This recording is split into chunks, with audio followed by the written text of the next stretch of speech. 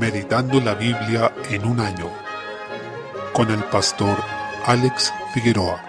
Día 31, mes 5, segunda de Samuel, capítulo 17. Absalón, quien había conspirado contra su padre David, recibió los consejos de Ahitofel y de Husai. Recordemos que Husai, arquita, era aliado de David, quien estaba secretamente influenciando a Absalón para también ayudar a David de esa manera, mientras Ahitofel, quien había sido consejero del rey David, lo había traicionado y estaba ayudando ahora al conspirador Absalón, quien había usurpado el trono. Ahitofel era un anticipo de Judas. Algunos salmos que David escribió y que se atribuyen a la situación de traición de Ahitofel son ocupados luego en el Nuevo Testamento para referirse al ministerio de Jesús y la traición de Judas. En este capítulo aprendemos que la providencia de Dios gobierna todo, porque vemos que Absalón siguió el consejo de Husai, el aliado de David, en lugar de seguir el consejo de Ahitofel, quien era el traidor. Algo clave de este capítulo está en el versículo 14. Jehová había ordenado que el acertado consejo de Ahitofel se frustrara para que Jehová hiciese venir el mal sobre Absalón. Vemos cómo el Señor gobernó todo para que Absalón recibiera el castigo por la traición a su padre y David pudiera prevalecer. Eso incluyó entonces el hecho de que él escuchara a Husai y no a Ahitofel, cuyo consejo era el acertado si quería ganar. Cuando David supo que Ahitofel lo había traicionado, dice este libro que oró diciendo: entorpece ahora, oh Jehová, el consejo de Ahitofel, en el capítulo 15, versículo 31. El Señor también escuchó su oración y cumplió su deseo. Ahitofel, al igual que Judas, se ahorcó, y lo hizo también porque él sabía que al no ser seguido su consejo, lo más probable es que Absalón fuera derrotado y luego él mismo muriera. Salmo 119. Desde el versículo 129, el salmista alaba al Señor por la perfección y excelencia de su palabra, que no está reservada para una élite intelectual, sino que hace entender a los sencillos, a quienes se humillan ante Dios reconociendo su sabiduría. Es una palabra que debemos desear, como el sediento anhela el agua. Por ella también debemos ansiar que nuestros caminos sean ordenados, de manera que no toleremos la iniquidad en nuestra vida. Para eso, como ya se ha señalado reiteradamente en este salmo, es el Señor quien nos debe enseñar, para que así podamos andar en sus caminos. El salmista lloraba por su propio pecado y también por el de los enemigos de Dios. No podemos ser indiferentes cuando la palabra es blasfemada, abiertamente desobedecida, y además los hombres se jactan de esa rebelión. Ante la palabra no hay neutralidad. La amamos o la odiamos. La consideramos perfecta o seguimos nuestros propios caminos para nuestra propia perdición. Roguemos también que la actitud del salmista hacia la palabra sea también nuestra actitud. Meditemos en toda la excelencia de la palabra y hagamos de esa meditación una constante en nuestra vida. Desde el versículo 137, el salmista alaba al Señor porque es justo, y eso se ve reflejado en su palabra, que es recta, fiel y sumamente pura. Por lo mismo, es digna de que la amemos. Este amor a la Escritura solo puede ser profesado por quien reconoce su pequeñez e imperfección ante ese Dios perfecto cuya ley es verdadera y cuya justicia es eterna. Este amor por la palabra se manifiesta en un celo santo cuando se presencia rebelión y blasfemia contra el Señor, y asimismo en una confianza en la Escritura como nuestro refugio y delicia en medio de la aflicción. Solo si el Señor ilumina nuestro entendimiento podremos vivir y guardar su palabra. Desde el versículo 145 destaca el clamor profundo del salmista al Señor, uno que hace con todo el corazón y que ruega por la salvación. Este no es un deseo que se queda en simples palabras, sino que hay una búsqueda determinada a encontrar al Señor. El salmista se anticipaba al alba y clamaba, y también se anticipaba a las vigilias de la noche. Es un hombre entregado con urgencia a la búsqueda de Dios, que quiere ser oído por el Señor, recibir su misericordia y ser vivificado en su palabra. A esta determinación se refiere el Señor cuando dice: pedid y se os dará, buscad y hallaréis, llamad y se os abrirá, en Mateo 7:7. Por lo mismo, en el contexto de esta persecución de la santidad, el salmista confiesa que Dios es cercano y que sus mandamientos son verdad, en el versículo 151. Nadie que busque verdaderamente al Señor será avergonzado. Él no echará afuera a quienes acudan a sus pies con un corazón contrito y humillado. Proverbios capítulo 16, versículos 12 y 13. Estos versos no describen la realidad, sino que señalan lo que debe ser. El rey debe deleitarse en la palabra y la justicia debe ser el fundamento de su trono. Debe rodearse de consejeros sabios, entendidos en la Escritura y piadosos en su hablar y vivir. El hecho de que esto no fuera así causó la ruina de Israel. Todo esto se cumple de manera perfecta únicamente en Jesús, quien es nuestro Rey, y quien hoy reina hasta que todos sus enemigos sean puestos bajo sus pies. Esa debe ser nuestra confianza por sobre los gobiernos humanos, impíos y corruptos. Tenemos un Rey perfecto en justicia, que dará victoria a su pueblo. Juan capítulo capítulo 19. Desde el versículo 23, en su crucifixión y muerte, Jesús cumplió hasta el final la Escritura. Algo tan específico que ya estaba predicho en el Salmo 22:18, encontró su cumplimiento en él, cuando dice: repartieron entre sí mis vestidos y sobre mi ropa echaron suertes. También él honró a su madre hasta el último momento, cumpliendo la ley, específicamente el 5.º mandamiento. Nos muestra su corazón lleno de amor, pues en ese momento donde estaba sufriendo el terrible castigo en su cuerpo y espíritu, él se preocupó no de sí mismo sino de su madre. Jesús cumplió y obedeció la ley hasta el último momento. Siempre estuvo en pleno dominio de lo que estaba ocurriendo, porque dice en el versículo 28, sabiendo Jesús que ya todo estaba consumado, dijo: para que la Escritura se cumpliese, tengo sed. Nuevamente se preocupó de que se cumpliera la Escritura. Si él estaba sufriendo esta agonía, para algunos podría no tener importancia que dijera esta frase, pero hasta eso debía decir para cumplir lo dicho en el Salmo 69:21. Cuando ya hubo cumplido todo, Jesús dijo: consumado es. Eso implica dos cosas. Primero, que él pagó nuestra deuda con Dios, pagó el precio y la condena de nuestro pecado, que era recibir la ira de Dios. Y segundo, que además él obedeció perfectamente cada mandamiento de la ley para también regalarnos esa justicia a quienes creemos en él. Así que hizo un doble cumplimiento: la obediencia por una parte y por otra soportar el castigo que debía recaer sobre nosotros. Ambas cosas nos salvan. Si él hubiera solamente soportado el castigo pero no hubiese obedecido en nuestro lugar, no habríamos podido ser salvos. Y si él hubiera obedecido en nuestro lugar pero no hubiera soportado nuestro castigo, tampoco habríamos sido libres de la condenación. Ambas cosas son necesarias. Desde el versículo 31, una prueba de la muerte de Jesús fue su costado traspasado. Él siguió cumpliendo la Escritura aún después de muerto, ya que no le quebraron ningún hueso, aspecto que se anticipaba respecto del Mesías, tanto en la regulación de la Pascua como en el Salmo 16. Con la sangre y el agua que salen de su costado también se estaba simbolizando nuestra purificación, porque ambos son símbolos: la sangre de la expiación y el agua de la purificación. Jesús es la fuente de nuestra santidad y de nuestra pureza delante de Dios. Desde el versículo 38, Jesús fue sepultado. Esto no es un simple detalle, porque él podría haber sido ascendido desde la cruz delante de todos y haber ido al cielo inmediatamente, pero Jesús ingresó al sepulcro para vencerlo desde adentro. Esto es maravilloso, porque nosotros como cristianos podemos decir que nuestro Salvador entró al sepulcro antes que nosotros y lo hizo por nosotros. Y dado que venció, podemos mirar el sepulcro con confianza, sin miedo, y saber que lo venceremos porque Jesús triunfó sobre él. También acá aparecieron dos hombres, José de Arimatea y Nicodemo, que habían estado en secreto, y esto también es parte de la providencia de Dios y de su gracia. Mientras que los que habían sido discípulos en público ahora habían huido, abandonando a su maestro y escondiéndose, los que habían sido discípulos en secreto ahora salían a la luz, y lo hacen en el momento en que era más difícil dar un paso adelante e identificarse con Jesús, ya que hacer tal cosa era identificarse con un criminal que había sido ejecutado con el método de la crucifixión, que era reservado para los peores. Significaba identificarse con alguien que había sido aborrecido tanto por los judíos, los líderes religiosos y las autoridades romanas, como un rebelde al imperio, y también como un rebelde a la autoridad judía. José de Arimatea y Nicodemo salieron adelante y tomaron el cuerpo de Jesús, lo que implica que fueron al Calvario y estuvieron allí a la vista de todos bajando su cuerpo, y por tanto no iban a poder celebrar la Pascua, ya que estaban tocando un cuerpo muerto e iban a quedar impuros ceremonialmente. Ellos renunciaron a toda reputación y dignidad ante sus pares, los fariseos. Jesús fue puesto en un sepulcro nuevo, donde no había sido puesto nadie antes, cosa que también es providencial, ya que con esto, aún después de haber muerto, cumple la Escritura en Isaías 53:9, de que con los ricos fue en su sepultura. Jesús cumplió la Escritura en su sepultura, como dice 1 Corintios 15:4. La obra de Jesús fue perfecta en todo sentido. Podemos confiar en que nuestro Salvador obedeció la ley hasta el más mínimo detalle, y nuestra salvación está segura si creemos en Él. Meditemos en estas cosas y demos gracias a Dios por Jesucristo.